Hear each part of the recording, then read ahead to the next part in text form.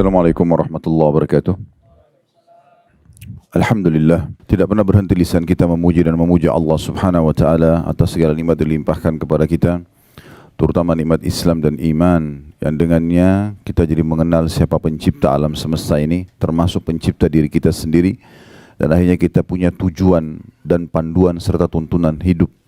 Jadi kita jadi tahu mana yang boleh yang kita kerjakan, mana yang tidak boleh, mana yang bisa kita nikmati, mana yang tidak bisa kita nikmati. Maka seorang muslim wajib bersyukur kepada Allah Subhanahu wa taala kerana dipandu kepada Islam dan iman ini. Selain daripada itu juga cukup banyak nikmat lain dari makanan, minuman, pakaian, udara dan segala macam hal yang nikmat Allah tidak terhingga lagi. Semuanya Allah memerintahkan kita untuk menikmati dan bersyukur kepadanya, dan Allah menjadikan kalimat syukur dua susunan kata ini, Alhamdulillah. Maka jadilah sosok muslim yang selalu saja mengucapkan dua susunan kata ini. Selanjutnya kita panjatkan salam hormat kita kepada utusan Allah Nabi besar Muhammad sallallahu alaihi wa ala alihi wa sahbihi wasallam, sebagaimana Allah telah perintahkan kita untuk mengucapkan salam hormat kepada beliau, dan juga tentunya berharap balasan yang telah Allah janjikan, yaitu mengucapkan satu kali salam hormat akan dibalas oleh Allah Subhanahu wa taala dengan 10 rahmat, dan rahmat Allah meliputi segala sesuatunya, pengampunan dosa, peninggian derajat, pemenuhan kebutuhan dan solusi dari permasalahan-permasalahan hidup. Hari ini kita ada kajian buku kecil, judulnya 10 penyebab lapangnya dada atau lapangnya hati tepatnya. 10 penyebab lapangnya hati seseorang. Buku ini kita sudah berada, dan pada hari ini pada poin yang ke-10 yang terakhir insyaAllah yang akan kita bahas. Dan sebelumnya kita mengingatkan kembali kalau memang ada hadis Nabi SAW, dalam jasad manusia ada segumpal darah. Kalau dia baik, maka akan baik seluruh aktivitas orang tersebut. Dan juga jasadnya sendiri juga akan baik, sehat. Dan kalau dia rusak, maka rusaklah semuanya. Kata Nabi SAW, itulah hati manusia. Maka dalam buku ini disebutkan tentang masalah bagaimana menghindari penyebab penyakit-penyakit hati yang berbahaya, yang akhirnya membuat hati itu tidak sehat. Nanti akan kita rincikan masalah itu insyaAllah. Dan sudah kita bahas materi pertamanya adalah mentauhidkan Allah Subhanahu wa taala. Bagaimana seseorang hanya yakin tidak ada pencipta, tidak ada pemilik, tidak ada penguasa, tidak ada raja yang sebenarnya di alam semesta ini kecuali Allah. Dengan pondasi dasarnya kalimat la ilaha illallah, tentunya la ma'budu bihaqqin illallah, tidak ada Tuhan yang berhak disembah kecuali Allah, sesuai dengan makna hakikinya. Maksudnya benar-benar bukan hanya ucapan lisan, tapi akalnya memikirkan, hatinya merenungi, dan anggota tubuhnya mengaplikasikan ketaatan kepada Sang Pencipta Allah. Kemudian yang kedua, yang pernah dibahas dulu ya, ini sudah saya cuma reviewkan daftar isinya saja, berprasangka baik kepada Allah. Ini salah satu yang melapangkan dada seseorang, karena apapun takdir Allah Subhanahu wa taala pasti terjadi dengan hikmahnya. Kita suka atau tidak suka. Misalnya sehat, kita suka. Sakit, kita nggak suka. Tapi kita selalu bersangka baik kepada Allah Subhanahu wa taala. Allah tidak datangkan penyakit tersebut kecuali dengan hikmah-hikmahnya, dengan tujuan-tujuan yang baik. Karena kalau orang itu, salah satu hikmahnya, kalau orang sehat terus tidak pernah sakit, maka dia tidak akan tahu nilai kesehatan itu. Tapi dengan adanya sakit, dia jadi tahu, oh ternyata kalau saya sehat dulu itu besar sekali nikmatnya. Ternyata setelah saya sakit ini, saya baru tahu nilainya. Contoh misalnya, orang mungkin tidak terlalu melihat nilainya minuman atau air dingin. Tapi pada saat dia sakit, dia meriang, kemudian di depan dia ada orang yang minum air dingin, yang biasanya mungkin dia bisa minum di saat dia sehat. Dia baru tahu betapa besarnya nilai air dingin tersebut, dan betapa nikmatnya dia kalau mengkonsumsi itu misalnya. Dan ini ditarik dalam setiap masalah dalam kehidupan kita tentunya. Allah Subhanahu wa taala menakdirkan ujian-ujian kayak penyakit, Allah takdirkan gangguan orang, Allah takdirkan adanya peperangan, Allah takdirkan segala macam itu. Tugas seorang muslim kalau ingin hatinya bersih, maka dia bersangka baik. Pasti terjadi dengan hikmah Allah Subhanahu wa taala. Bahkan yang terjadi di Palestina pun sekarang, walaupun hati kita rasanya tersayat-sayat dengan kejadian ini, tapi seorang mukmin yang hatinya dipenuhi dengan ilmu dan iman sangat yakin pasti ada satu rahasia yang Allah inginkan bagi orang-orang itu. Di antaranya yang paling nyata kalau seseorang sudah belajar agama adalah Allah memilih mereka menjadi para syuhada. Masalah prosesi kematian sebagai orang yang di medan perang, semuanya memang pasti serem. Hamzah tusuk dadanya, dilempar tombak, kemudian dimutilasi, dipotong hidungnya, ya, kemudian dibelah dadanya, dicoba dikeluarkan jantungnya. Itu pemandangan yang luar biasa dari paman Nabi SAW. Waktu Nabi lihat, Nabi sempat meneteskan mata, menangis waktu lihat di kancah peperangan. Tetapi Nabi SAW pada saat itu menerima wahyu langsung, dan beliau sampaikan kepada para sahabat, kalau aku diperlihatkan Hamzah di saat ini sedang bertelekan di dipan-dipannya di surga. Artinya kondisi fisik itu bukan menjadi tolok ukur orang ini menderita atau tidak. Mungkin di mata kita yang masih hidup menderita, tapi secara teori agama tidak. Memang begitu prosesinya orang kalau mati syahid, gitu kan. Makanya umumnya hadis-hadis Nabi SAW menyebutkan tentang mati syahid itu, nanti dari tubuh dia yang keluar darah itu akan mengeluarkan bau yang lebih wangi dari kasturi nanti pada hari kiamat. Keluar dari darahnya itu sendiri. Dan itu yang akan membuat para syuhada bangga. Makanya kata Nabi SAW, tidak ada satu orang pun yang masuk ke surga berharap kembali ke dunia kecuali para syahid, dengan tujuan agar mereka merasakan lagi prosesi kematian itu. Jadi prosesi dipenggal lehernya, prosesi ditusuk, begitu dalam hadis. Kalau Bapak Ibu kembali kepada hadis-hadis, semuanya membahas masalah itu.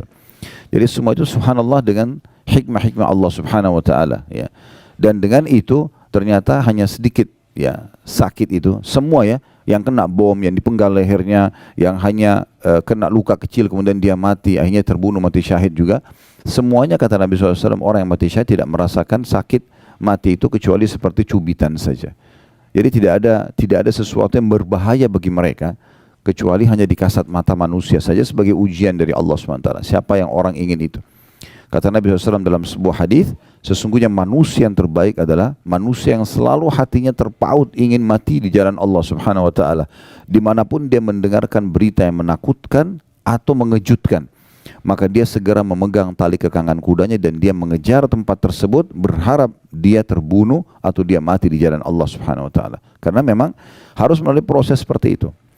Nah, kita jadi bisa bersangka baik dengan hikmah Allah SWT. Kita mau keluar, kalau hal ini hal yang besar, hal yang kecil kayak kita mau keluar rumah, tiba-tiba mendung, janjian sama orang batal, ada proyek bisnis tidak jadi, itu hal yang kecil gitu. Orang beriman itu harus yang lebih besar daripada itu, ya. Sampai pada tingkat seperti kasus terbunuh pun itu adalah kecil bagi mereka.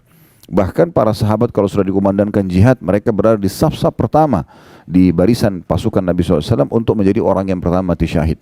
Ya, nanti kita akan ceritakan di Uhud tentang bagaimana kasus terlibatnya sahabat-sahabat yang masih kecil, ya, Rafi ibn Khadij, kemudian Samurah bin Jundub, 13 tahun ngotot kepada Nabi SAW untuk ikut berperang, dan mereka menunjukkan keterampilan mereka. Yang satu ahli gulat, yang satu ahli memanah, sampai Nabi SAW izinkan. Padahal itu jelas di masa dulu orang kalau berperang, pedang sama pedang 99% mati, kan gitu. Beda dengan sekarang, mungkin orang masih bisa berlindung dan segala macam. Nah, itu poinnya. Jadi kita selalu bersangka baik kepada Allah SWT dengan apapun, walaupun kita nggak suka dengan keputusan tersebut. Kalau itu menyakitkan buat kita, pahala sabar kita bisa dapatkan. Dan juga kita bisa introspeksi diri, dan kita tahu besarnya nikmat yang ada pada saat sedang tidak datang ujian tersebut. Dan pada saat kita keluar dari ujian itu, kita akan merasakan luar biasa nikmatnya, plus lagi kita dapat pengalaman hidup. Sekian banyak hikmah yang bisa kita dapatkan. Itu salah satu yang melapangkan dada. Kemudian yang ketiga, ilmu syar'i. Belajar agama seperti ini, itu salah satu sebab lapangnya dada yang luar biasa. Artinya kalau tidak ada ilmu syar'i, tidak belajar atau mengulang-ulanginya atau memperkaya diri dengan terus mendengarkan, maka berarti dia tidak akan lapang dadanya, ya. Nah, ilmu syar'i itu seperti misalnya ada yang hadir di pengajian begini, contoh, ya. Kemudian dia pernah melakukan perbuatan dosa. Dia tersentuh dengan satu ayat, satu hadis, sebuah kisah, dia meneteskan air mata, saya salah, kembali. Itu manfaatnya luar biasa itu. Mungkin kalau dia tidak hadir ilmu syar'i, dia tidak akan sadari kesalahannya dan akan berbahaya buat dia di kehidupan dunianya, karena dia terus bisa mengulangi kesalahan tersebut. Jangan nanti Allah Subhanahu wa taala akan mendatangkan kebencian manusia dari perbuatan itu, kemudian ada siksa kubur, ya, kematian yang buruk, siksa kubur, kemudian juga berat di mahsyar, tambah lagi neraka nanti di akhir. Jadi semua itu dengan hikmah-hikmah Allah Subhanahu wa taala, di antaranya belajar ilmu syar'i ini melapangkan dada. Yang keempat itu sudah disebutkan oleh penulis, masalah berzikir, banyak berdoa kepada Allah Subhanahu wa taala. Ini bukan hanya berzikir, bukan hanya berdoa, tapi banyak berdoa, banyak berzikir. Tidak ada waktu yang kita lewatin, kesempatan kecuali kita berdoa. Apa saja momen yang kita lihat, Contoh kita lihat sebuah nikmat depan mata kita. Kita berdoa agar nikmat itu tidak dihilangkan oleh Allah SWT dan Allah tambahkan serta Allah berkahi. Pasangan hidup, anak-anak, harta melimpah. Jangan berhenti itu berdoa. Doa itu adalah senjata yang paling baik bagi seorang muslim. Begitu juga pada saat kita sedang melihat satu ujian yang ditimpakan pada orang lain, kesempatan emas kita berzikir kepada Allah dan berdoa karena kita sedang tidak diujikan. Dan juga kita berharap Allah SWT tidak timpakan kepada kita. Dan sekian banyak bahasan sudah disinggung pada saat itu. Nanti Bapak Ibu jemaah haji terus secara khusus yang belum mengikutinya bisa melihat di playlist YouTube insyaAllah ya. Kemudian yang selanjutnya ada yang kelima adalah bersegera meninggalkan segala macam maksiat dan muhasabah untuk introspeksi diri. Kalau ada pelanggaran-pelanggaran agama itu pasti akan menyempitkan dada. Berarti kalau ada poin itu harus segera meninggalkannya. Dan setiap maksiat sekecil apapun sampai sebesar apapun sangat ya relevan atau sangat dekat sekali dengan hukuman dari Allah Subhanahu wa taala. Yang keenam itu adalah senantiasa melaksanakan kewajiban-kewajiban, mengemas sebaik mungkin kewajiban yang Allah berikan. Jadi jangan sampai kita sholat malam yang kalau kita ibaratkan supaya mudah difahami, dia ikan teri ya, membuat ikan paus sholat subuhnya lewat ya. Sementara yang ini yang wajib, harusnya dia lebih khusyuk, dia lebih tepat waktu, dia lebih perhatian dengan yang wajib-wajibnya. Begitu juga dengan puasa Ramadannya, begitu juga dengan zakatnya dibandingkan sedekahnya, hajinya dibandingkan umrohnya. Semua ini adalah hal yang harus dia fokus dan itu sudah juga panjang lebar dijelaskan. Yang ketujuh bergaul dengan orang-orang saleh. Ini juga sudah dijelaskan, nanti akan kita singgung lagi karena di poin ke-10 nanti ada singgungan masalah ini. Yang kedelapan membaca Al-Quran dan rutin membacanya sehingga menjadi tak sahabatnya atau memang bacaan rutinnya. Ya. Ngerti tidak ngerti. Dan di saat itu kami sudah jelaskan tentang 4 hal yang merupakan hak Al-Quran, membacanya ngerti tidak ngerti.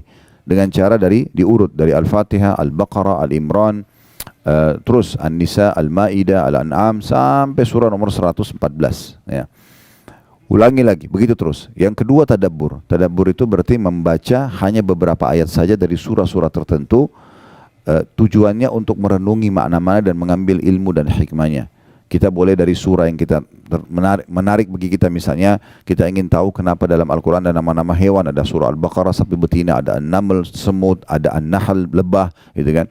Ini semua ada Al-Fil gajah. Kenapa Allah SWT menamakan ini? Lalu kita tadabburi, kita baca pendapat para ulama, kita baca terjemahannya, tafsirnya, sebab turunnya ayat itu kalau ada. Semua ini akan menambah kepada kita iman kepada Al-Quran. Yang ketiga menghafalnya. Terus berusaha menambah hafalan demi hafalan, pelan-pelan, dan semoga saja sebelum meninggal Allah SWT bisa sempurnakan dengan lengkap 30 juz. Ya, jangan selalu mengkat diri kita mengatakan, oh saya kayaknya udah nggak mampu, saya sudah berumur, ini terlalu berat 30 juz. Jangan lihat 30 juznya, mulai saja menghafal dan usahakan kalau tidak bisa sepekan sekali bertambah hafalannya, atau setiap hari bertambah hafalannya, maka sepekan sekali. Kalau nggak bisa sebulan sekali. Kalau nggak bisa setahun sekali. Bertambah satu surah pendek, beberapa ayat Al-Quran, gitu kan. Yang penting menghafal. Karena derajat di surga nanti itu akan diraih dengan sangat mudah bagi para penghafal Al-Quran. Karena kata Nabi SAW, nanti para penghafal Al-Quran akan dikatakan pada hari kiamat, bacalah sebagaimana kau baca di dunia, sesungguhnya kedudukanmu adalah tempat akhir ayat yang kamu baca. Sebagian ulama mengatakan tangga-tangga surga untuk mencapai derajat tertinggi itu sejumlah ayat-ayat Al-Quran. Sehingga kalau dia baca satu ayat diangkat satu tangga. Begitu terus sampai dia tiba di tempat tertinggi. Yang keempat, yang terakhir mengamalkan isinya. Kemudian yang kesembilan berbuat baik kepada sesama. Jadi bagaimana kita membantu orang lain, memuliakan orang lain dan segala macam hal. Ini kemarin di pelajaran Riyadhus Shalihin sudah kita singgung sebenarnya ya. Ini juga sudah kami bahas pada pekan lalu sebenarnya di bahasan buku ini. Tidak diulangi lagi karena kita akan masuk ke materi ke-10 untuk melapangkan dada, yaitu membuang kedengkian hati dan berkeinginan keras untuk membersihkannya. Nah, kita akan bicara di poin ke-10 ini penyakit-penyakit hati. Ya, jadi hati itu punya penyakit-penyakit. Ulama membagi hati Bapak Ibu sekalian menjadi 3 bagian. Ada hati yang paling sehat, ya. Kemudian ada hati yang sakit, dan ada hati yang mati. 3 hati ini memang dirincikan oleh para ulama ya. Kalau hati yang sehat ini hati yang diisi semuanya dengan keimanan, ilmu agama dan ketakwaan kepada Allah Subhanahu wa taala. Caranya harus banyak belajar ya. Dengan banyak belajar maka akhirnya hati kita itu selalu menjadi lunak, tunduk kepada Allah Subhanahu wa taala, bisa menerima takdir Allah, bisa memahami tentang fenomena kehidupan ini. Maka itu yang Allah sebutkan dalam Al-Qur'an, yauma la yanfa'u malun wala banun illa man atallaha biqalbin salim, ya. Pada hari kiamat nanti harta dan anak-anak itu tidak akan pernah berguna lagi, bisa menolong kita, ya, kecuali dia selamatkan dirinya dulu, kalau lebih amalnya baru bisa membantu. Kecuali kata Allah SWT, orang yang menghadap kepada Allah dengan hati yang bersih. Nah, hati yang bersih ini ulama menjelaskan tentang masalah hati yang bersih itu. Hati yang berisikan dengan tauhid kepada Allah SWT itu nomor satu dulu. Selalu saja dalam hatinya cuma ada satu Tuhan. Dia yakin kalau dia sedang sehat, sedang ada nikmat, yang ciptakan dia Allah, yang ciptakan nikmat itu Allah, yang bisa pertahankan hanya Allah. Kalau sedang ada ujian, dia sakit misalnya, atau ada gangguan, dia yakin yang ciptakan dia Allah, yang ciptakan masalah itu Allah, yang bisa memberikan solusi hanya Allah. Sehingga hatinya penuh dengan ketakwaan kepada Allah SWT, dan dia tauhidkan hatinya. Ya, kayak ini butuh banyak sekali belajar agama dan berharap agar Allah Subhanahu Wa Taala menambahkan keimanan dalam hatinya. Saya pernah jelaskan dan saya ingatkan kembali, ilmu syar'i yang Bapak Ibu belajar ini seperti duduk seperti sini 1 jam, 2 jam dengarin, atau dengarin online kalau kita sekarang, itu pondasi keimanan. Tidak bisa iman kita itu ada dalam hati yang membuat kita bisa menerima takdir Allah, kita bisa bersabar kalau ada ujian, kita bisa bersyukur kalau ada nikmat, kecuali dia harus ada imannya. Nah, iman ini pondasinya yang bisa mendatangkan dia hanya ilmu agama, nggak ada yang lain. Duduk majelis ilmu begini nanti akan datang keimanan. Iman itu kalau sudah ada di atasnya ilmu syar'i, karena pondasinya kuat dari ilmu syar'i, maka dia akan bisa mengubah apa saja. Orang buruk menjadi baik, orang bodoh menjadi pintar, orang penakut jadi pemberani, orang pelit jadi dermawan, semua bisa berubah. Maka ini dimaksud dengan hati yang baik, ya, hati yang suci, hati yang bersih. Ya, dan kata ulama dianjurkan agar setiap orang kalau hatinya sudah ada dalam keadaan ini, dia tidak boleh membiarkannya rusak. Rusaknya dengan penyakit-penyakit hati. Contoh iri dan dengki, hasad, ini yang jadi poin bahasan nanti insya Allah. Kemudian ria, ya, penyakit-penyakit hati yang lain itu cukup banyak, ya. Di antaranya itu orang yang suka menanamkan rasa dendam dalam hati sehingga memicu setiap kali, ya, ada masalah sekecil apapun maka yang akan dilampiaskan adalah emosional, bukan yang didahulukan memaafkan misalnya.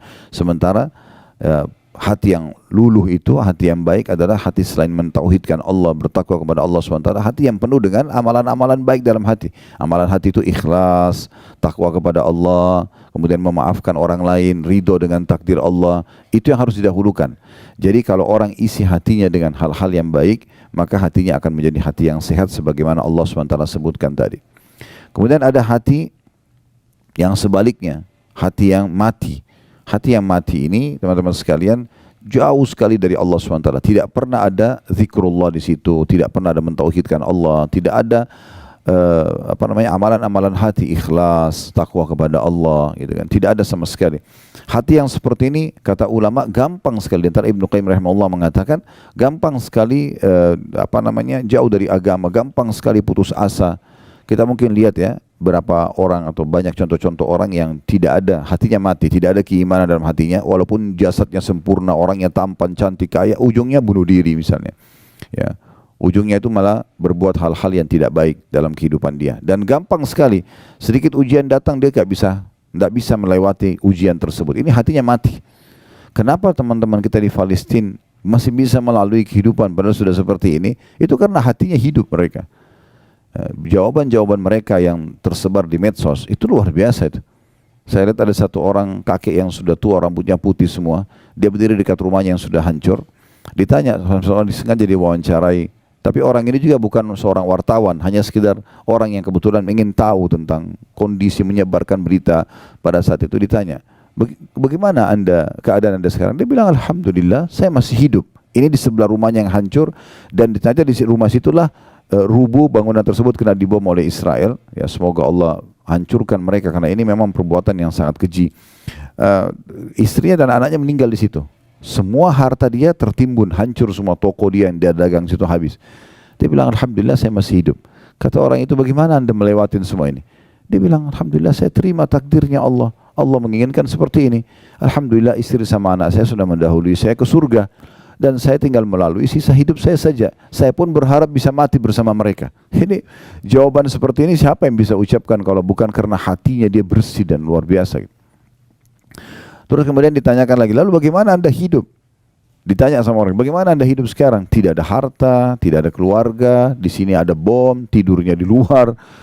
Dia bilang, saya yakin Allah sudah menentukan rezeki saya.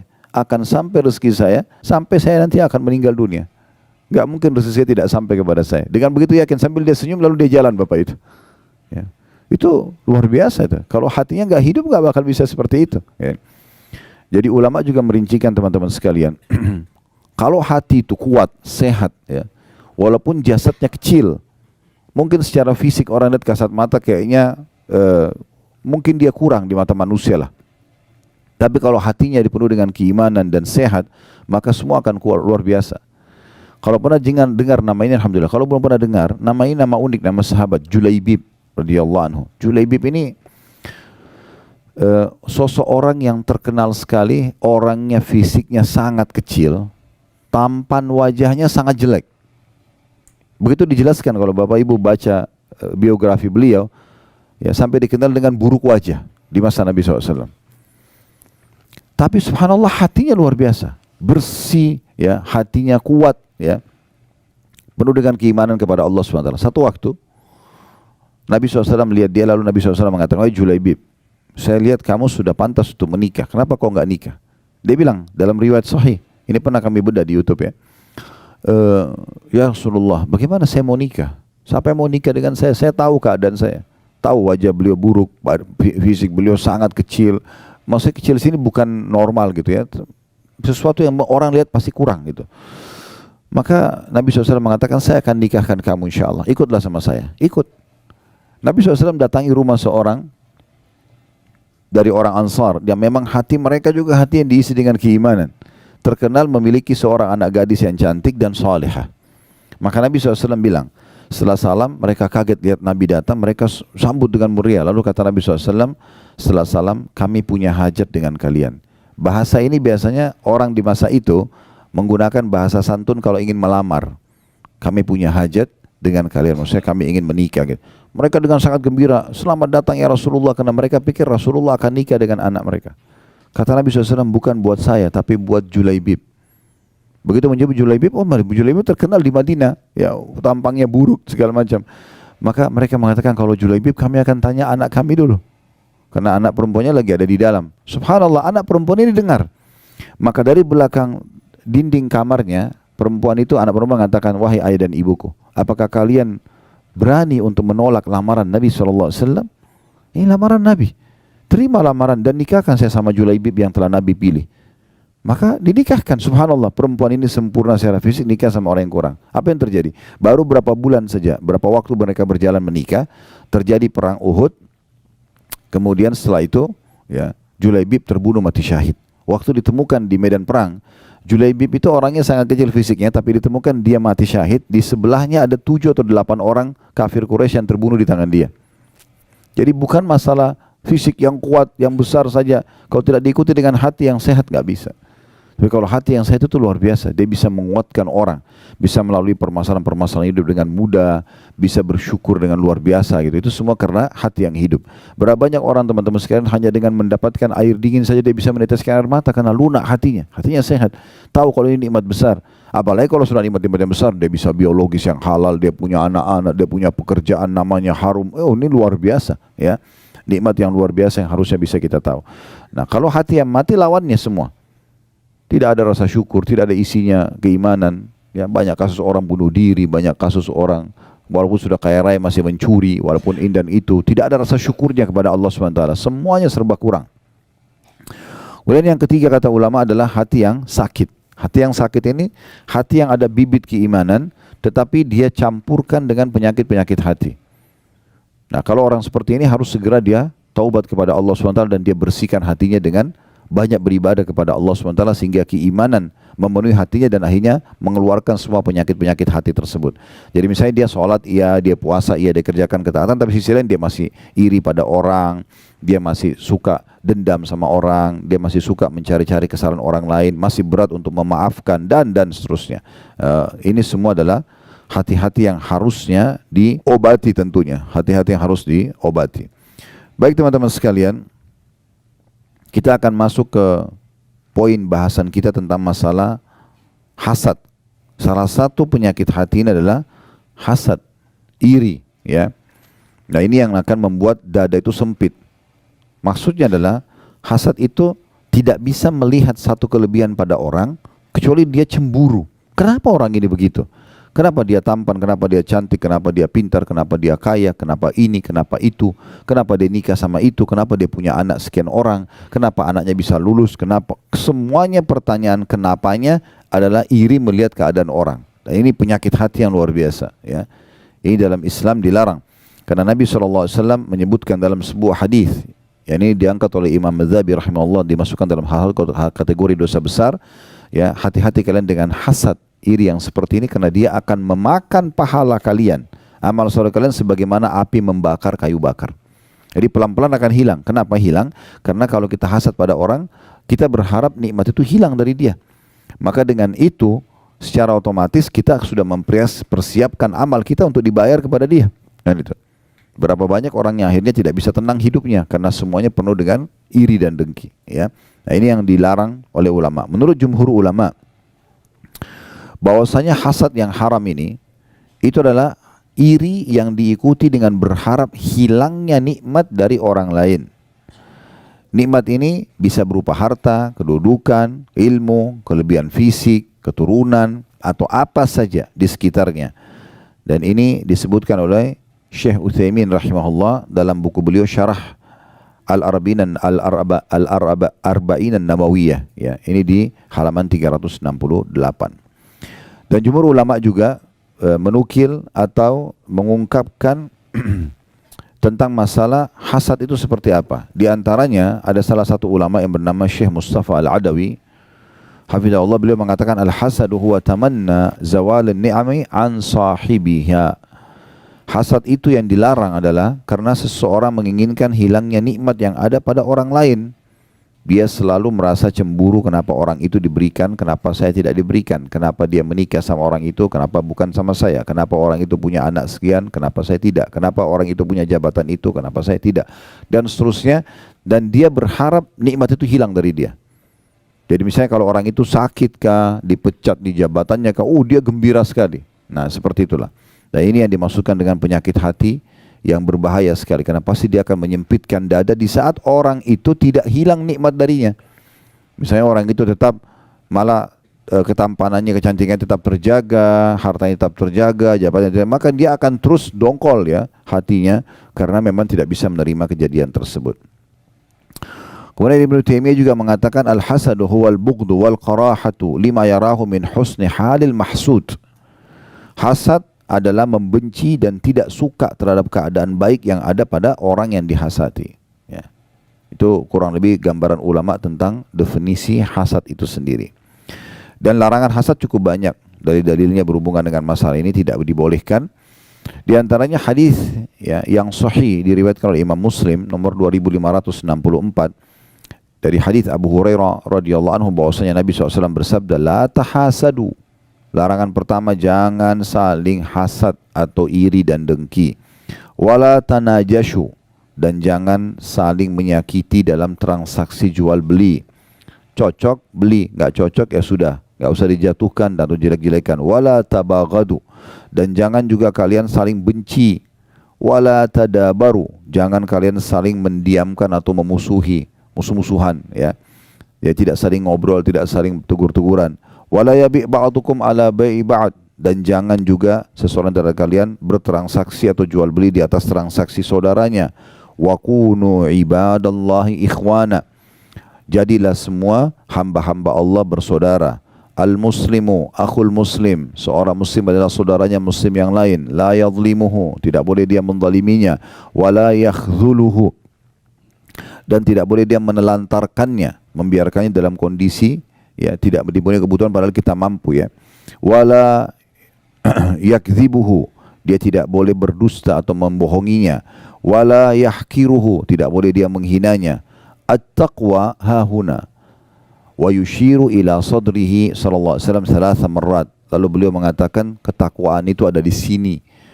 Untuk menerima perintah yang saya sampaikan ini, pesan yang saya sampaikan ini dari Allah, kata Nabi SAW, ada harus diikuti dengan ketakwaan dan itu ada di sini. Beliau berikan isyarat di hatinya atau di jantungnya. Bihasbi imri'in minasyarr an yahkira akhahu muslim. Sungguh kata Nabi SAW, cukuplah satu dosa yang sangat berbahaya bagi seseorang kalau dia menghinakan dan menjatuhkan saudaranya muslim. Kullu muslimin ala muslimin haram. Semua muslim terhadap muslim yang lainnya hukumnya haram. Damuhu, darahnya enggak boleh tumpahkan. Wa maluhu, dan hartanya. Wa irduhu, dan juga kehormatannya. Hadis yang mulia ini teman-teman sekalian, itu luar biasa. Bagaimana banyak sekali pelajaran bisa kita ambil. Tapi yang uniknya, Nabi SAW memulai dengan kata-kata la tahasadu. Jangan kalian saling iri satu sama yang lain. Ya. Bahkan dalam Al-Quran, dalam surah An-Nisa, Allah Subhanahu wa ta'ala menitik beratkan tidak boleh laki-laki sama perempuan saling iri. Ya. Karena memang masing-masing sudah Allah berikan tugas dan memang ciptaan fisik yang berbeda. Gitu. Sudah masing-masing jalankan tugas dengan baik. Gak boleh laki-laki iri, kenapa perempuan bisa hamil, saya gak bisa. Kenapa dia bisa melahirkan, gak bisa. Akhirnya kan dia operasi kelamin lah segala macam. Ya. Karena dia tidak bisa menerima itu. Atau laki-laki yang maka jadi seperti perempuan. Makanya dalam hadis Allah Subhanahu wa ta'ala melaknat laki-laki yang menyerupai perempuan, perempuan yang menyerupai laki-laki misalnya. Dan Allah menjelaskan itu dalam Al-Quran ya, tentang masalah tidak boleh. Lirrijali nasum mimma iktasabu wa linisai nasum mimma iktasaban was'alullah min fadli. Laki-laki sudah Allah tentukan ciptaan fisiknya, tugas-tugasnya, dan perempuan juga begitu. Dan tidak boleh saling ya, cemburu satu sama yang lain. Kata Allah, wala tatamannu ma faddalallahu ba'dakum ala ba'd. Jangan kalian saling cemburu satu sama yang laki-laki perempuan. Lirrijali nasibun mimma iktasabu, laki-laki memiliki apa yang sudah Allah tentukan dan berikan kepada mereka. Walinisai nasibun mimma iktasaban, dan perempuan juga memiliki apa yang sudah Allah tentukan bagi mereka. Haid, melahirkan, menyusui dan segala macam, itu kan tidak boleh disamakan, tidak bisa. Was'alullah min fadlan, mintalah kepada Allah karuniahnya. Mintalah kepada Allah karuniahnya. Jadi tidak mungkin bisa disamakan. Pernah ada datang seorang wanita di masjid Nabi SAW dan mengatakan, ya Rasulullah, saya utusan semua wanita di Madinah. Punya pertanyaan, bisa saya bertanya? Kata Nabi SAW, silahkan. Lalu kata perempuan tersebut, kalian kaum laki-laki, sholat berjamaah di masjid. Perempuan sholatnya di rumah. Boleh ke masjid, tapi beda sama laki-laki. Laki-laki memang pendapat jumhur ulama mewajibkan malah. Dengan segala keutamaannya. Doa keluar rumah, doa menuju ke masjid, setiap langkah satu langkah mengampuni dosa, mengangkat derajat dan catat satu pahala. Masuk masjid, kaki kanan ada doanya, pahala sendiri, sholat qobliyahnya, doa di antara azan iqamah, takbiratul ihram pertama imam, dan segala macam zikir habis sholat. Ini perempuan di rumah. Ini otomatis berjamaah umumnya, ini sendiri. Kalian sholat berjamaah, kalian mengantar jenazah. Ya. Sholat jenazah laki-laki perempuan bisa, tapi mengantar jenazah ini umumnya pendapat ulama melarang kaum wanita, gitu kan? Kecuali darurat sekali. Dan itu diberikan kriteria oleh Imam Qurtubi rahimahullah dengan dia tidak menjembatkan fitnah bagi orang yang mengantar jenazah. Bukan anak muda, anak-anak ABG yang bisa bercanda-bercanda lagi mengantar jenazah. Akhirnya hikmah mengantar jenazah hilang. Orang takut terhadap kematian segala macam. Dia intinya tidak disarankan wanita untuk mengantar jenazah. Sementara kata Nabi SAW apa? Kalau kalian sholat di jenazah dapat 1 qiraat. Kalau mengantar jenazah sampai di makam 1 qiraat. Berarti perempuan dapat 1 qiraat. 1 gunung kena sholat, tapi tidak dapat 1 qiraat yang lain mengantar jenazah. Laki-laki bisa. Ini kalian mengantar jenazah. Sudah ada perbedaan maksudnya.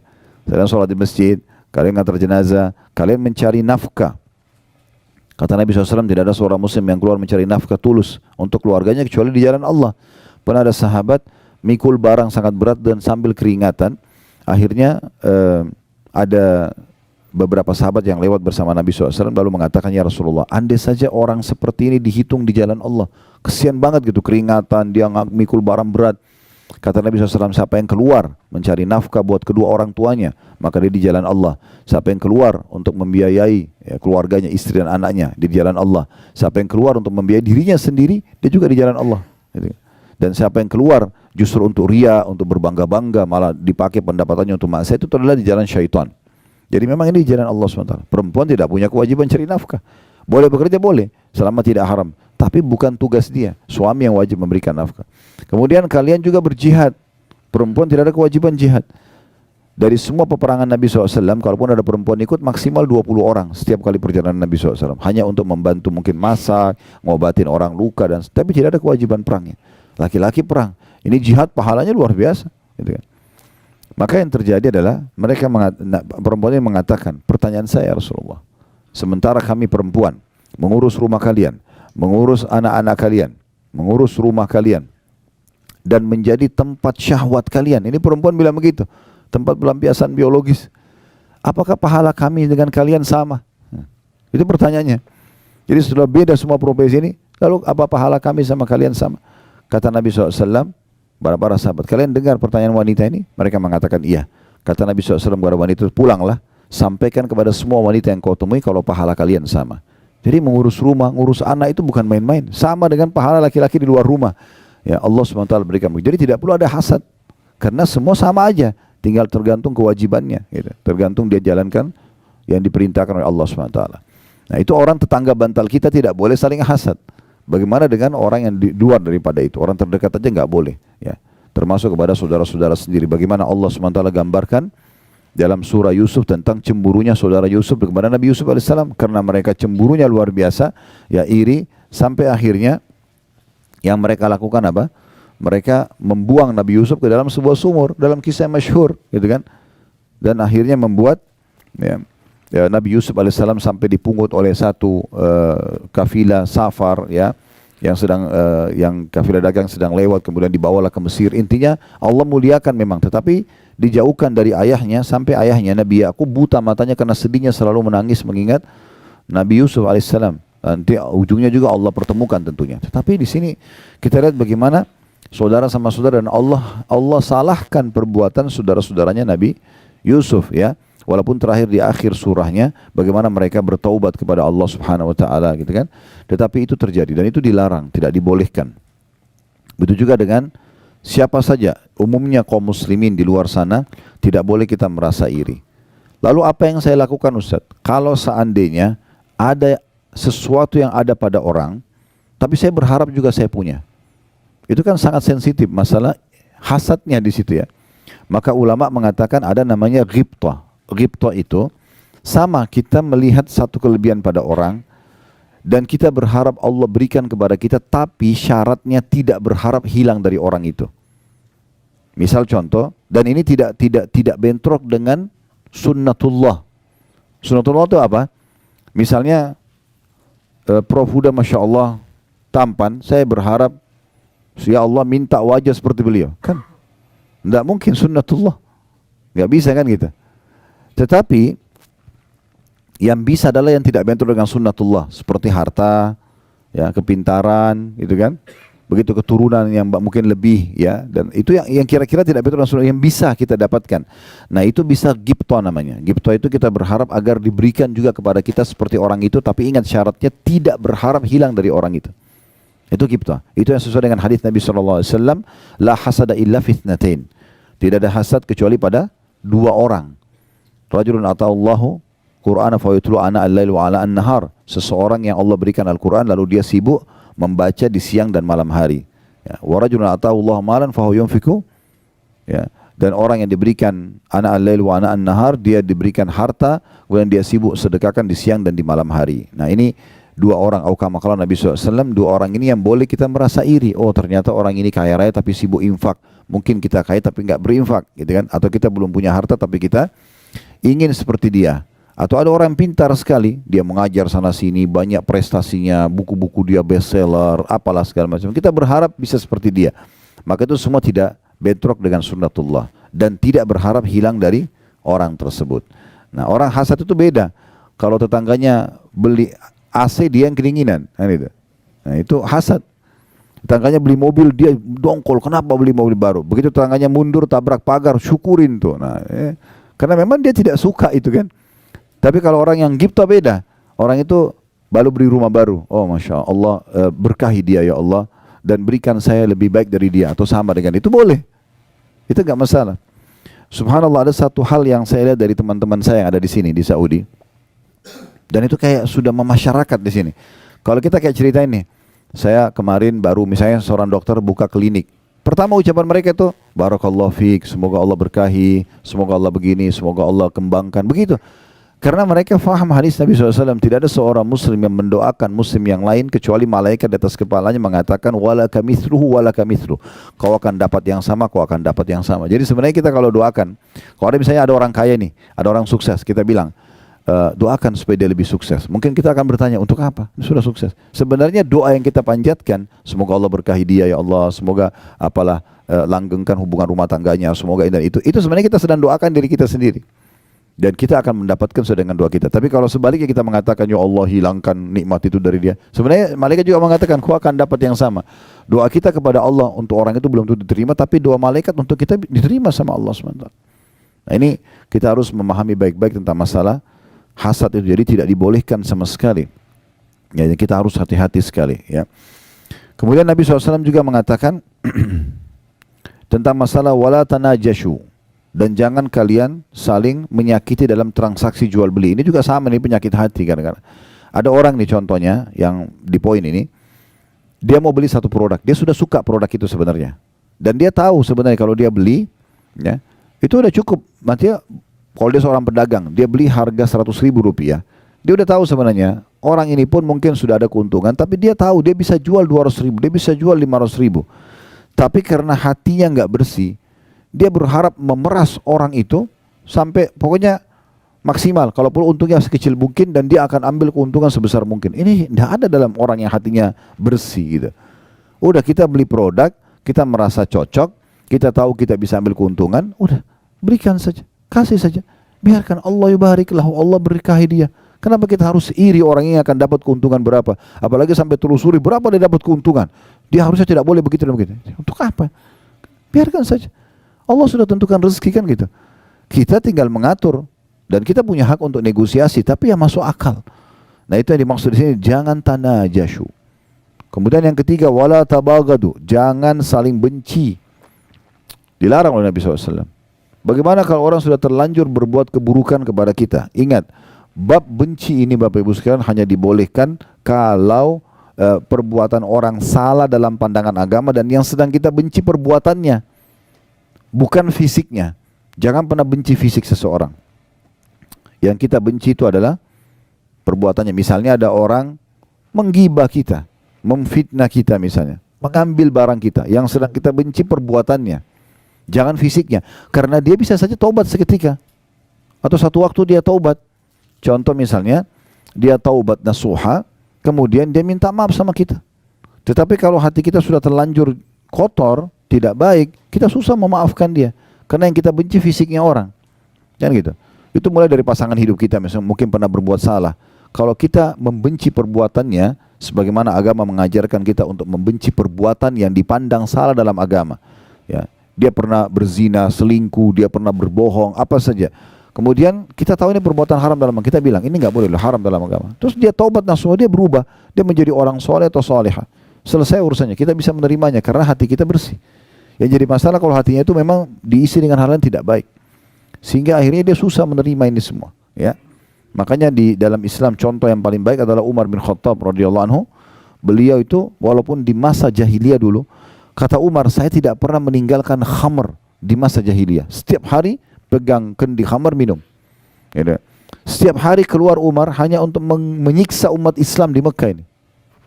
Dia keluar, dia temannya Abu Jahal, temannya Abu Lahab. Kalau mereka punya budak-budak lagi disiksa, Umar datang membantu untuk nyiksa doang. Dan Umar itu radhiyallahu anhu sebelum masuk Islam, dia kalau sudah siksa dari pagi, macam-macam disiksa orang itu sampai menjelang sore sudah capek dia. Dia bilang, saya tinggalkan kamu bukan karena kasihan ya, besok saya kembali. Gitu, ya. Sampai pernah ada keluarganya Umar, perempuan namanya Ummu Abdillah. Ummu Abdillah ini punya anak kecil. 153 orang sahabat yang masuk Islam di masa Nabi SAW di Mekah ini 13 tahun, cuma 153 saja Muslim karena luar biasa diboikot. Ya, semua informasi orang yang tanya tentang Islam pasti digebukin. Gak ada yang berani nanya. Di Mekah ini dulu tidak aman. Setiap umat Islam jalan, kalau kita jalan bisa digebukin, bisa diambil hartanya, bisa dibunuh, gak ada hukuman. Begitu luar biasa terancamnya. 153 ini 83 hijrah ke Ethiopia. Tinggal 70 yang tinggal bersama Nabi SAW di Mekah. Nah, pada saat ya, yang tinggal di Mekah ini mereka bersama Nabi SAW itu siksaannya luar biasa, gangguannya luar biasa. Mereka tidak bisa hidup dengan tenang. Gitu. Maka mereka ada yang keluar ke Ethiopia. Salah satu yang keluar ke Ethiopia ini adalah Ummu Abdillah, keluarganya Umar bin Khattab ini. Nah, Bapak Ibu saya lihat Mekah ini kelihatan di sini gunung-gunung ya. Nah, dulu itu Mekah dikelilingi dengan benteng, tembok, gerbang. Dia hanya terputus kalau ada gunung. Gerbang lagi, dinding yang tinggi, baru gunung lagi, begitu-begitu. Nah, pintu gerbangnya dulu Mekah itu tidak banyak. Satu atau dua. Pintu utamanya pintu Bani Syaibah namanya. Nah, waktu itu kebetulan Umar bin Khattab yang berjaga-jaga. Beliau yang jaga. Dan Umar terkenal sangat keras dengan umat Islam. Ummu Abdillah ini tahu, semua teman-temannya kaum muslimin sudah berhasil keluar dan mereka janjian di satu lembah di padang pasir, tapi nggak disebutin di mana. Ummu Abdillah ini tahu, oh Umar sedang berjaga. Maka apa yang terjadi? Ummu Abdillah muter jauh, naik gunung. Turun dari gunung supaya tidak lewati pintu gerbang. Dengan hikmah Allah SWT, Umar bin Khattab ini lewat, memang lagi ngecek keamanan Mekah, lewat di sebelah gunung itu. Ketemu sama Ummu Abdillah lagi turun dari gunung. Dia kaget, malam-malam, menjelang pagi, menjelang subuh. Dia kenal, Ummu Abdillah, apa yang buat kau naik gunung gini, untuk apa? Dari sukunya dia. Maka Ummu Abdillah mengatakan, betul-betul ya, kami ini tidak bisa tenang hidup dengan kalian, walaupun kita punya hubungan kekerabatan. Di dalam Mekah kalian larang kami beribadah dan beriman kepada Allah, kami pun mau keluar kalian tidak izinkan. Umar pada saat itu pertama kali lunak hatinya untuk umat Islam. Sebagian ulama sejarah mengatakan ini sebab dia masuk Islam. Salah sebagian ulama ya. Awal mula dia tersentuh. Lalu dia mengatakan, memang kau mau kemana? Kata Umar, perempuan di masa itu kan bukan kayak sekarang naik pesawat, aman, tiket, ada pengawasan. Gak ada, orang naik kuda, jalan kaki, bisa dirampok tengah jalan. Zaman dulu tuh kayak mustahil orang keluar, apalagi malam hari. Maka kata dia, saya mau ke Habasyah, mau ke Ethiopia, menyelamatkan agama saya. Mulai Umar berenung, lalu Umar mengatakan, pergilah Ummu Abdillah, semoga kau dilindungi. Pergilah Ummu Abdillah ini, ketemu sama teman-temannya di padang pasir. Lalu mereka tanya semua, kenapa kau terlambat Ummu Abdillah? Dia cerita, yang jaga pintu gerbang Umar. Saya naik gunung, jadi saya selamatkan diri. Tapi dengan hikmah Allah saya turun ketemu Umar. Oh, mereka semua penasaran, tahu Umar ini luar biasa gitu benci dengan Islam. Maka kata mereka, lalu apa yang terjadi? Umar mengatakan kepada saya, kau mau kemana? Saya ceritakan semua. Setelah saya ceritakan semua, dan Umar mengizinkan saya pergi. Bahkan Umar mengatakan, semoga kau dilindungi. Lalu kata salah satu orang yang hadir di situ dari sahabat-sahabat Nabi mengatakan, mudah-mudahan jadi sebab masuk Islamnya Umar. Apa kata mayoritas sahabat? Kalau Umar tidak mungkin masuk Islam sampai unta masuk ke lubang jarum. Karena kayak nggak mungkin masuk Islam gitu. Kayak nggak masuk akal mereka bisa masuk Islam. Lalu mereka diam semuanya. Subhanallah, betul. Beberapa hari setelah itu, Umar bin Khattab mendengar kekacauan, maksudnya bagi dia ini sudah kekacauan di Mekah. Kenapa kok ada agama baru ini? Sehingga membuat suami istri bisa berpisah, keluarga sama keluarga berpisah. Yang satu beriman pada risalah Nabi SAW, yang satu tetap menyembah berhala. Dia keluar nenteng pedang, saya mau bunuh Muhammad sekarang. Gitu niatnya keluar. Di tengah jalan dia ketemu dengan satu orang sahabat. Lihat, di Mekah ini dulu terkenal Bapak Ibu sekalian, Umar itu kalau sudah pegang pedang, berarti dia mau bunuh orang. Sudah. Dan kalau dia sudah keluar, dia mati atau orang itu mati. Begitu prinsipnya. Jadi sangat tegas. Maka orang ini lihat, ditanya, hai Umar mau kemana? Dia bilang, saya mau membunuh Muhammad. Karena orang ini takut nanti dia datang bunuh Nabi. Maka Nabi itu ada di pinggiran kota Madinah, itu di rumahnya Darul Arqam ya. Satu sahabat yang umurnya cuma 16 tahun, tapi Masya Allah dia siapin rumahnya untuk menampung dakwah Nabi SAW. Yang jelas waktu itu dia mau alihkan, lalu dia mengatakan, kenapa kau cari Muhammad? Tapi dia sembunyikan keislamannya. Sementara adikmu sendiri perempuan, adik Umar bernama Fatimah, sudah masuk Islam, masuk agama Muhammad. Umar tambah marah. Apa benar? Dia datang ke rumah adiknya. Rupanya adiknya lagi belajar Al-Quran sama suaminya dan terdengar suara. Diketuk pintu, telat dibuka, didobrak pintu sama dia. Dia masuk. Apa yang kamu baca tadi? Dan seterusnya. Dia marah-marah. Akhirnya dia mau ambil Quran itu, adiknya tahan. Maka dipukul, dia pukul adiknya. Ya, dalam beberapa riwayat sejarah dikatakan dia pukul dan akhirnya adiknya jatuh. Suaminya, si adiknya ini, suaminya Fatimah atau adik iparnya dia mau membantu tapi dipukul juga. Mereka tidak berani sama Umar. Melihat kejadian tersebut, Umar tersentuh. Ini agama apa kalian ini? Kenapa kok sampai begini kalian belahnya gitu? Maka Umar bilang, tolong kasih kepada saya mau baca. Kata adiknya, tidak bisa, kau kafir najis. Kalau kau sudah mandi baru saya kasih. Begitu dalam buku sejarah. Maka Umar mandi, lalu kemudian dia buka, dia baca surah Toha, surah nomor 20 dalam Al-Quran, beberapa ayat pertama. kurang lebih maknanya kami turunkan Al-Quran bukan untuk membuat musydih hai Muhammad. Kemudian ada cerita Nabi Musa alaihissalam, isinya luar biasa dan dia ngerti dalam bahasa dia, tersentuh hatinya. Lalu Umar mulai, yang tadinya badannya sangat ditinggikan, orang yang kekar dan orang yang pemberani, tiba-tiba ditunjukin, iparnya lihat ini kayaknya ada perubahan dengan baca Quran.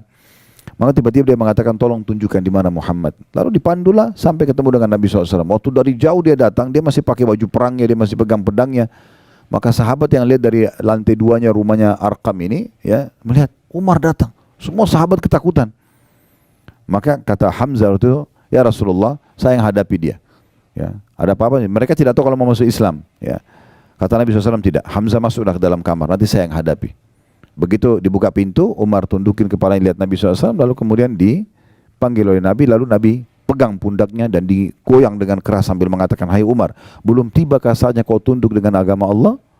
Maka Umar tundukin kepala 2-3 kali sampai akhirnya beliau masuk Islam. Tapi yang jadi saksi bahasan kita teman-teman, Umar bin Khattab kalau kita mau benci fisiknya, ya itu sudah tidak ada orang yang suka sama dia. Semua hal yang dilakukan keburukan pada masa itu, ya, apalagi untuk umat Islam. Tapi subhanallah, apa kata para sahabat?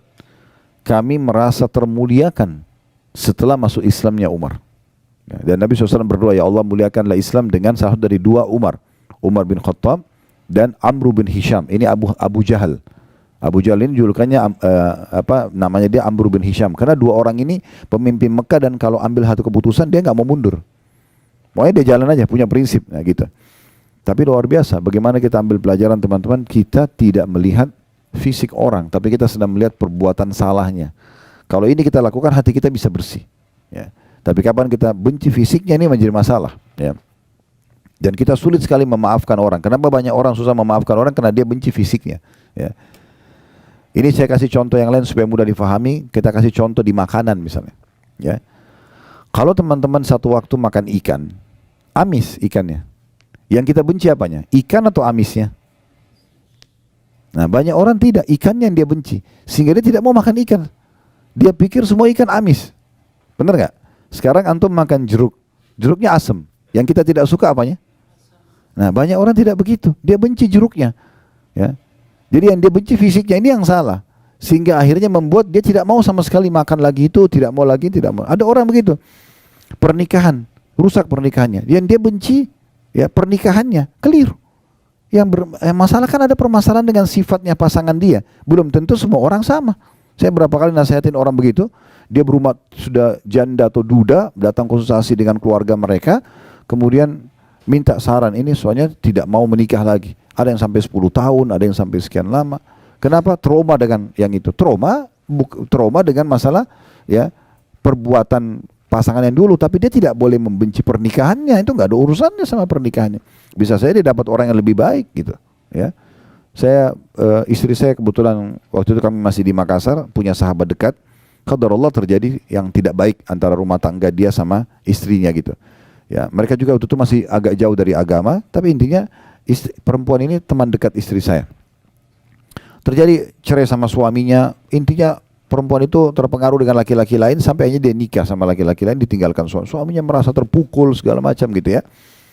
Mungkin setelah kejadian itu sekitar 6-7 tahun, seingat saya kalau saya tidak salah, ada tablik akbar di Makassar. Saya sudah pindah ke Jakarta, tablik akbar di Makassar di masjid yang besar waktu itu ya, Masjid Al-Markas. Alhamdulillah waktu itu selesai tablik akbar, lalu ada satu orang dari jauh manggil saya, Assalamualaikum Ustaz. Saya pikir jemaah umumnya salaman. Terus dia bilang, antum lupa sama saya. Ingat siapa orang ini, karena berubah. Dia sudah jenggotan, dia pakai baju koko, dulunya tidak seperti itu. Kemudian dia bilang, saya si Fulan, disebut namanya. Oh ya, Masya Allah, saya tahu masalah rumah tangganya dia. Ini gimana caranya nih, jangan sampai dia tersinggung. Ya. Terus saya cuma bicara secara umum. Tapi dia sendiri bilang, Alhamdulillah Ustaz, saya sudah berumah tangga lagi. Oh Masya Allah ya. Bahkan sekarang saya sudah punya 2 atau 3 anak gitu. Terus gimana, Masya Allah, bagaimana ceritanya? Oh dia bilang, Alhamdulillah mungkin dengan hikmah Allah dulu saya justru cerai dengan pasangan saya karena dulu tidak punya anak memang mereka, ya. Dan dengan perbuatan yang dilakukan istri, akhirnya Allah pisahkan, dan Alhamdulillah Allah kasih sekarang saya muslim yang baik, dan saya sekarang punya rumah tangga bahagia. Nah karena dia tidak benci, dia tidak trauma dengan pernikahannya, dia cuma trauma dengan perbuatan istrinya, dia bisa menikah lagi, contohnya. Dan sekian banyak hal yang kita bisa tarik dalam masalah ini. Nah itu Sedikit rincian lebih dalam Bapak Ibu sekalian tentang masalah wala tadabaru. Jangan wala tagabaru, tabagadu, jangan saling membenci. Kemudian wala tadabaru. Nabi SAW mengatakan, jangan kalian saling mendiamkan. Dalam sebuah riwayat lain tidak boleh seorang muslim mendiamkan saudaranya lebih dari 3 hari. Ya, musuh-musuhan lah ya. Ini tidak boleh. Saran saya, ini cuma saran saja. Kalau Bapak Ibu ingin tenang hidupnya, ingin bahagia, ada permasalahan apapun, jangan dinginapkan. Selesaikan pada saat itu. Suami istri kah, sama siapapun, clearkan langsung. Duduk, masalahnya apa? Ini. Yang salah, minta maaf. Yang benar, memaafkan. Buka lembaran baru. Memang begitu kehidupan kita, teman-teman sekalian. Gak ada orang ideal sekali semuanya, tidak ada salahnya sama sekali. Itu gak mungkin, kan gitu. Makanya Imam Syafi'i rahimahullah mengatakan, orang kalau mau langgeng dalam bersahabat, maka dia harus bersabar dengan kekurangan dan kesalahan sahabatnya. Yang penting orang itu tidak ngotot dengan kesalahannya, dia mau berubah. Karena tidak ada manusia yang sempurna. Nah, ini yang dimaksudkan. Terutama dalam masalah, saya kadang-kadang kalau mecahin masalah-masalah rumah tangga teman-teman, dengan izin Allah SWT, bukan dari saya tapi Allah mudahkan saja, selalu saya ingatkan masalah itu. Syaitan ini selalu membuat masalah-masalah kecil dalam rumah tangga sudah cukup membuat mereka tidak interaksi biologis berapa hari, mereka saling mencari kesalahan berhari-hari. Makin lama kita perbaikin, makin banyak permasalahan yang dilahirkan. Kenapa enggak duduk aja, selesaikan hari itu, pegang tangan pasangan, duduk baik-baik, kita bicarain masalah. Masalahnya apa? A, B, C. Oke, siapa yang benar? Nanti akan ketahuan tuh, pasti enggak mungkin dua-duanya benar, pasti ada benar, ada salah. Oke, yang salah minta maaf, yang benar memaafkan, buka lembaran baru dan selesai. Semua isi WA yang lalu-lalu bertengkar hapus, tidak usah dibaca lagi. Sudah baik-baik 6 bulan berjalan, kemudian tersinggung masalah itu. Kamu pernah buat itu? Kapan? Ini buktinya. Ya. Gak usah dibawa-bawa. Selesai. Buka lembaran baru berarti seperti kita hidup baru. Memang harus begitu. Dalam kehidupan kita harus begitu. Dalam rumah tangga, dalam berteman, nah, dalam berbisnis memang sudah begitu. Selama orang itu mau memperbaikinya, sudah. Kita tidak perlu saling mendiamkan, ya, kita harus berlapang dada. Abu Bakar radhiyallahu anhu pernah membiayai Marthad, ya, salah satu sepupunya. Kemudian ini termasuk yang menyebarkan fitnah bohong tentang zinanya Aisyah sama Safwan. Padahal sebenarnya tidak. Ini sepupunya. Abu Bakar membiayai hidupnya orang ini. Lalu kemudian dia gosipin berita itu. Termasuk dia dicambuk 80 dera di masa Nabi SAW. Ya, ada 3 orang yang didera pada saat itu, Hasan bin Thabit, kemudian Marthad bin Abi Marthad ini, atau ada nama lainnya ya, julukan atau nama lainnya, ada nama-nama lain yang disebutkan oleh ulama. Kemudian ada satu lagi Hamna binti Jahash, ini ipar Nabi SAW sendiri, saudaranya Zainab binti Jahash. Itu akhirnya dicambuk ya si sepupu Abu Bakar ini. Abu Bakar bersumpah sama Allah, kamu yang selama ini saya bantu, kok masa buat begini gitu? Demi Allah saya tidak akan bantu kamu lagi. Itu normal manusiawi kan? Kita bantu tapi dia malah yang menyebarkan gosip yang tidak benar tentang anak kita itu. Tapi Allah SWT turunkan dalam surah An-Nur, ya. Janganlah orang yang telah diberikan kelebihan harta, kedudukan. Abu Bakar maksudnya, turun kepada Abu Bakar. Dia tidak mau membantu para kerabatnya, orang-orang yang berperang di jalan Allah dan seterusnya gitu kan. Maka Allah menutup sambil mengatakan, "Ala tuhibbuna an yaghfirallahu lakum?" Apakah kalian tidak ingin dengan memaafkan dan membuka peluang lagi kesempatan bagi orang lain untuk memperbaiki kesalahannya, Allah memaafkan dosa kalian? Itu dalam surah An-Nur Allah sebutkan. Maka Abu Bakar langsung mengatakan dalam riwayat-riwayat yang sahih, "Ya Tuhanku, aku ingin engkau memaafkanku." Lalu dia bayar kafara sumpahnya, lalu dia kembali membiayai hidupnya sepupunya tadi. Ya. Tapi di sini tentu sepupunya dalam kondisi bertobat, mengakui kesalahannya. Ya. Maka di sini yang berarti yang dia benci bukan fisik, tapi dia benci perbuatan yang dilakukan tadi. Selama orang tinggalkan, selesai. Kemudian wala yabi' ba'dukum ala bai'i ba'd, dan janganlah kalian transaksi di atas transaksi ya saudaranya. Jadi termasuk kalau sudah mulai negosiasi. Contoh kita masuk ke ada si A masuk ke satu toko baju, dia ambil baju itu dari hanger, dia lagi mau lihat. Enggak boleh teman-teman datang, "Oh, ini bagus. Ini buat saya aja." Selama dia masih pegang enggak boleh. Walaupun belum terjadi jual beli. Kalau dia sudah batalin, ya, dia batalin, dia taruh, memang dia sudah tidak ingin, kita tahu orang ini mungkin masih ragu, dia masih mau pilih yang lain, baru kita bilang, ya ini sudah selesai, ya baru kita ambil, gitu, ya. Itu begitu saya tidak boleh. Apalagi kalau orang sudah bayar DP, orang sudah transaksi, baru kita batalin dengan cara kita memberikan harga yang lebih mahal. Ini semua hukumnya haram. Transaksi sudah jadi hilang keberkahannya. Kemudian kata Nabi SAW, "Wa kunu ibadallah ikhwana." Jadilah hamba-hamba Allah yang semuanya bersaudara. Ya, kalau bersaudara berarti saling mendahulukan satu sama yang lain. Ingat kemarin kita singgung hadis Nabi SAW ya, dari Abu Sa'id Al-Khudri, di mana Nabi SAW mengatakan waktu lihat orang balik kiri kanan seperti orang butuh, kemudian Nabi bilang, siapa yang punya kelebihan tunggangan bagi pada yang tidak punya, siapa yang punya kelebihan bekal berikan kepada yang tidak punya. Sampai kata Abu Sa'id, Nabi SAW sebutkan berbagai macam jenis harta sampai kami mengira tidak ada lagi kelebihan muslim terhadap muslim lain dari harta saudaranya. Seperti satu mobil itu punya kita semua sama-sama, rumah punya kita sama-sama, seperti gitu. Karena Nabi SAW suruh berbagi. Dan Abu Sa'id mengatakan menurut hadis kemarin kita singgung gitu ya, saya memiliki 1 ekor unta saja dan saya coba menampung 2 sampai 3 orang, dan akhirnya saya membagi rata waktu penggunaan unta tersebut antara saya dengan saudara-saudara saya tersebut. Jadi memang luar biasa bagaimana Islam datang membangun ukhuwah ini ya. Kisah yang masyhur yang kita tidak asing lagi tentang Abdurrahman bin Auf dengan Sa'ad bin Ubadah radhiyallahu anhu. Sa'ad bin Ubadah memiliki setengah harta kebun kurma di Madinah, dia punya 2 orang istri. Ini bayangkan teman-teman, saya kadang-kadang kalau mau menyampaikan berulang-ulang kisah ini, saya bayangkan kalau saya di posisinya Sa'ad, begitu luar biasa susahnya ini. Sampai dia mengatakan, hai Abdurrahman, sebagai bentuk cinta saya kepadamu karena Allah, saya akan memperlihatkan, saya memiliki setengah kebun kurma di Madinah ini punya saya akan bagi. Ya, anggap kalau kita di Jakarta punya perusahaan-perusahaan, semua ada ribuan perusahaan, setengahnya 500, misalnya 1000 perusahaan, 500 punya kita, bagi 250 perusahaan punya kamu langsung. Ini orang baru ketemu hari itu, baru disaudarakan dalam Islam, langsung dia mau berbagi. Tidak cukup sampai di situ. Saya punya 2 orang istri, lihat salah satunya, yang mana kau cocok, bukan yang tua. Yang mana kamu cocok, saya lihat bilang, saya ceraikan, habis iddah kau bisa nikahi. Itu pembangunan ukhuwahnya itu bagaimana itu? Tetangga bantalnya pun dia mau serahkan untuk saudaranya, tapi dengan cara yang syar'i yang benar. Dia minta keridhaannya, dia ceraikan, kalau cocok nanti dinikahi oleh saudaranya muslim. Tapi hati yang bersih dibalas dengan hati yang bersih.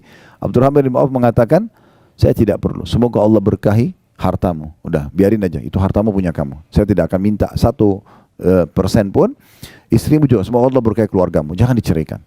Lalu Abdurrahman minta ditunjukin pasar, dia bekerja dengan melihat di pasar itu mana toko yang paling besar dan apa yang paling biasa mereka jual. Karena mayoritasnya dulu mereka kerja kebun kurma, maka dia cari peralatan perkebunan yang paling besar. Lalu dia bilang, saya mau haji dari Mekah, bisa nggak saya beli jatuh tempo, saya beli sekarang, besok saya bayar. Maka karena dia setuju, maka Abdurrahman pun jual di pasar itu dengan bawa tanpa modal kecuali barang orang yang dititipkan atau dia beli jatuh tempo, laku besok terus begitu sampai dia jadi kaya. Sekitar beberapa waktu setelah itu dia datang ke masjid Nabi SAW pakai baju baru dan kelihatan seperti pengantin. Orang pengantin itu berubah penampilannya segala macam. Kata Nabi SAW sambil senyum, ada apa wahai Abdurrahman? Sepertinya ada perubahan. Dia mengatakan, Rasulullah, saya sudah menikah sama seorang wanita Ansar. Kata Nabi SAW, apa yang kau jadikan sebagai maharmu? Dia bilang, emas seperti biji kurma. Ya. Maka Nabi SAW mengatakan, kalau gitu iklankan walaupun dengan seekor domba saja. Tapi di sini kita bisa lihat bagaimana jenis-jenis hati yang luar biasa dan persaudaraan yang dijalin dalam Islam. Kemudian kata Nabi SAW, al-muslim akhul muslim, muslim adalah saudara muslim yang lain, la yadhlimuhu, tidak boleh dia menzaliminya. Zalim ini berarti tidak memberikan hak atau mengambil yang bukan hak kita. Tidak boleh sama sekali. Kemudian wala yakhzuluhu, tidak boleh dia menelantarkannya, membiarkan dia dalam kondisi dia sakit, dia butuh. Sudahlah itu urusan dia, enggak bisa begitu. Walaupun kita tidak kenal. Ya, makanya sebagian orientalis, orang-orang non-muslim yang belajar Islam, pusatnya di Kanada, mereka punya kampus sendiri dan itu banyak melahirkan di tengah-tengah umat Islam orang-orang liberal, ya, yang memang pemahamannya kita sudah tahu di negeri kita pun ada, semoga Allah kasih hidayah semuanya, ya, boleh semuanya, toleransi semuanya segala macam, tidak ada batasan mana yang boleh mana yang tidak boleh dalam agama Islam. Nah, mereka itu ada di antara tokoh-tokohnya yang mengatakan yang sangat luar biasa dari Islam setelah mereka pelajari, ya, itu adalah mereka akan langsung saling mengakui bersaudara walaupun baru ketemu, hanya mengatakan nama anda siapa, agamanya apa, begitu dia bilang muslim, selesai. Seperti sudah terangkat semua batas di antara mereka, langsung ngobrol masalah Al-Quran, masalah hadis, masalah halal haram, bisa saling bersedekah, saling bantu. Itu tidak terjadi pada komunitas lain. Jadi memang sudah seperti itu orang muslim, dia tidak akan telantarkan saudaranya. Wala yakdzibuhu, tidak boleh dia mendustakannya, ya. Apa yang disampaikan kita iakan kecuali betul dia terbukti dusta, ya. Kemudian juga wala yahkiruhu, tidak boleh dia menghinanya, ya.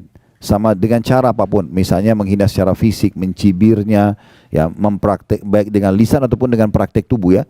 Kalau teman-teman pernah, tentu saya yakin kita hafal semua surah Al-Humazah ya. Allah SWT berfirman di ayat pertamanya, wailun likulli humazatin lumaza. Kecelakaan, kebinasaan, kehancuran, siksa di lembah neraka, itu namanya wail. Kalau Bapak Ibu baca wail seperti wailun lil mutaffifin, ya, wailun likulli humazatin lumaza, ini wail dalam bahasa Arab bisa berarti kecelakaan, kehinaan, siksaan di lembah di api neraka gitu kan. Ini semua maknanya sama. Untuk semua lumaza dan humaza, dua kelompok. Siapa mereka? Lumaza itu yang menyebutkan aib orang lain dengan lisannya, itu lumaza. Yang humaza bedanya cuma pertama lam, yang kedua ha, ya. Lumaza sama humaza ya.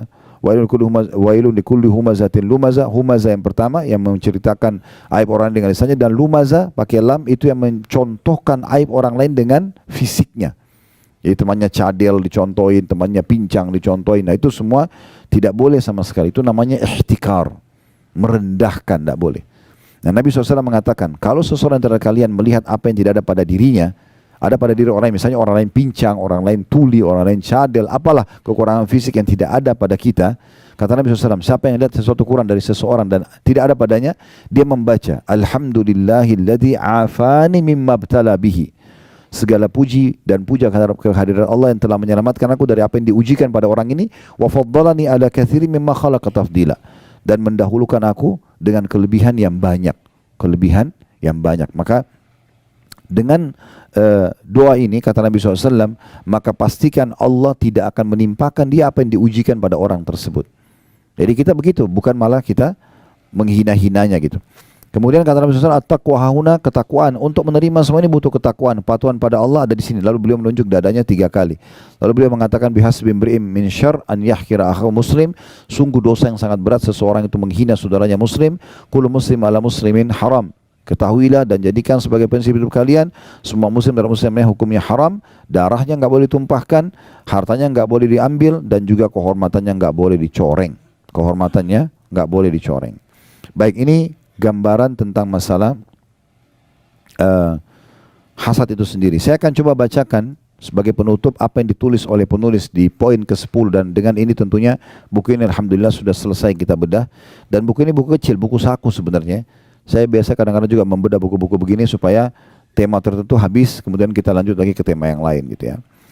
Nah, kata penulis di sini tentunya dalam buku ini, dan buku ini ditulis oleh Darul Wahyin ya. Beliau mengatakan, hati yang bersih adalah sebab penting agar sebab penting yang menyebabkan kelapangan hati seseorang. Dan itu otomatis akan mendatangkan kegembiraan dan kebahagiaan untuknya.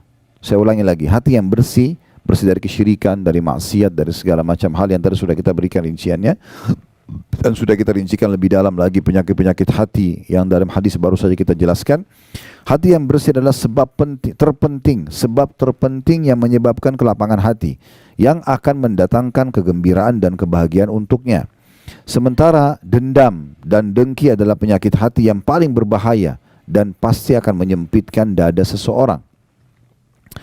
Lalu kata beliau, Ibnu Qayyim rahimahullah mengatakan, di antaranya ya, ini perkataan Ibnu Qayyim nanti kita jelaskan lebih jauh, bahkan ya, yang terbesar ialah membuang kedengkian dalam hati. Maksudnya kalau mau lapang dada, kata Ibnu Qayyim, di antara cara yang paling baik, yaitu seseorang kalau mau mengeluarkan dan membuang kedengkian hati ialah, di antaranya yang untuk melapang dada, bahkan yang terbesar adalah mengeluarkan dan membuang kedengkian hati. Jadi bagaimana kita keluarkan dari hati kita? Ini adalah di antara sifat-sifat tercela yang menyebabkan hati sempit dan tersiksa, serta menghalanginya dari mendapatkan kebersihan hati. Sebab ketika manusia melakukan sebab-sebab yang bisa melapangkan dadanya, sedangkan ia tidak membuang sifat-sifat tercela tersebut dari hatinya, maka itu tidak berguna untuk melapangkan dadanya ya, atau tidak ada gunanya kalau dia lapangkan dada sementara masih ada penyakit-penyakit hati dalam hatinya. Maksimal kata beliau, ia memiliki 2 unsur yang masuk pada hatinya, dan hati tersebut akan dikuasai oleh unsur yang lebih dominan dari keduanya. Dia baik, bersih, atau dia jahat gitu ya. Maka kita harus pilih salah satunya. Karena itu hendaklah anda, semoga Allah subhanahu wa ta'ala, ini kata Ibnu Qayyim ya, semoga Allah subhanahu wa ta'ala memelihara anda, berkeinginan keras untuk membersihkan hati anda dan menjauhkan dari segala yang dapat menyempitkannya.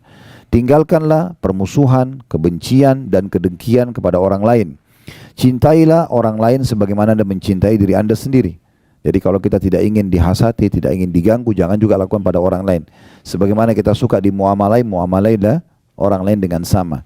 Ini sejalan dengan firman Allah SWT dalam surah Ar-Rahman, hal jazaul ihsani illa ihsan. Semua kebaikan akan dibalas dengan kebaikan. Jadi secara rasional juga kita kalau tutur kata yang lembut, orang akan balas lembut. Ya, kita tatapan matanya syahdu, tangan kita dermawan, kita suka membantu, maka akan sama responnya dari orang lain gitu ya. Cintailah orang lain sebagaimana anda mencintai diri anda sendiri, niscaya anda menjadi orang yang paling bahagia di dunia dan juga di akhirat. Lalu kemudian beliau mengatakan, semoga Allah Azza wa Jalla memberikan taufik kepada kita semua dan memberikan kebaikan dan kebahagiaan dunia dan akhirat. Lalu dengan itu penulis menutup bukunya dengan kalimat yang terakhir tadi.